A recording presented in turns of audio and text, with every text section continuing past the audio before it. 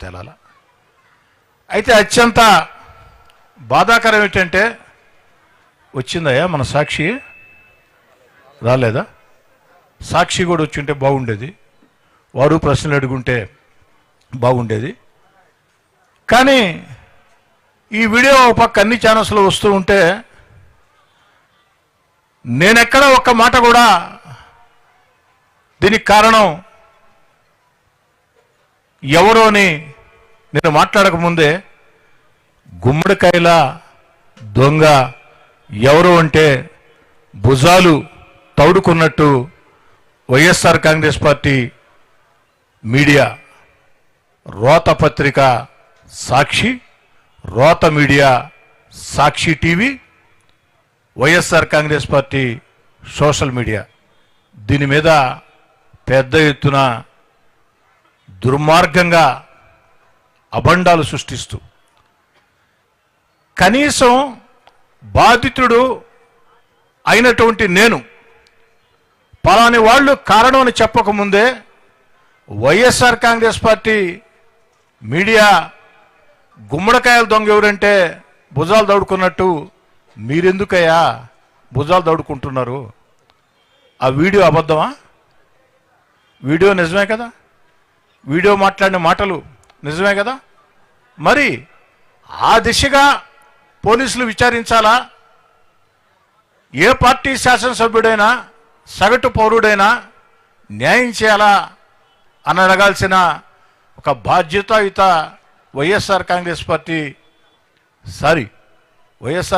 Party బాధ్యతాయుతం అంటే వాళ్ళు బాధ్యతలు ఎప్పుడో మర్చిపోయారు. బాధ్యతలు మర్చి అసెంబ్లీ కూడా రాకుండా తప్పించుకొని తిరుగుతున్నారంటే వాళ్ళకేం బాధ్యత ఉంటుంది? యథావిధిగా మీడియాలో, సాక్షి మీడియాలో, సాక్షి సోషల్ మీడియాలో వార్తలు. ఈ సందర్భంగా వారు చెప్పారు, ఇది కోటమిరెడ్డి గిరిధర్ రెడ్డి కుట్ర, ఆయన అనుచేతని కూడా చెప్పారు.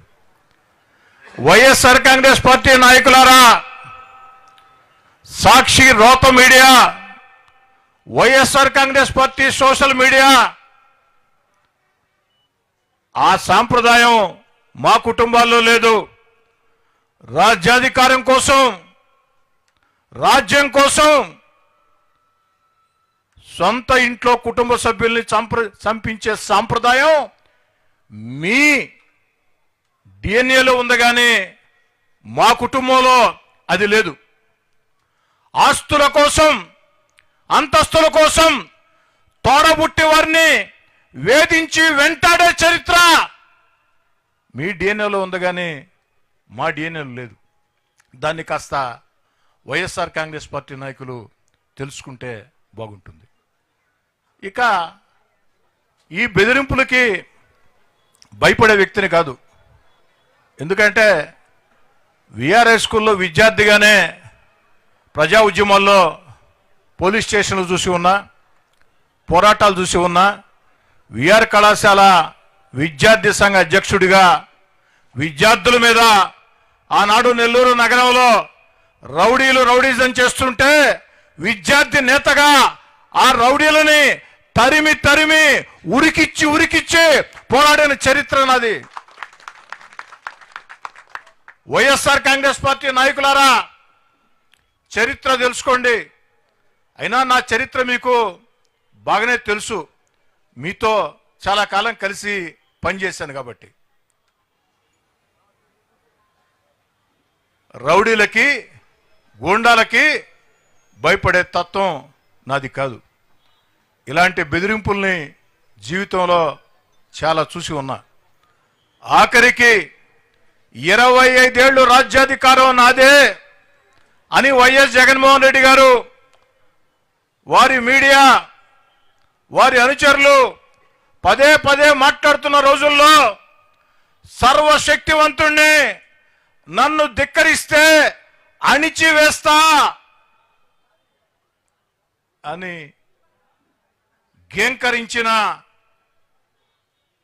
హూంకరించిన వైఎస్ జగన్మోహన్ రెడ్డి గారిని 16 నెలల ముందే జగన్ గారు అధికారంలో ఉన్న వేళ 16 నెలల ముందే జగన్ గారిని ధిక్కరించి వీధుల్లోకి వచ్చి మీతో పోరాటం చేసినటువంటి చరిత్ర ఉన్నది.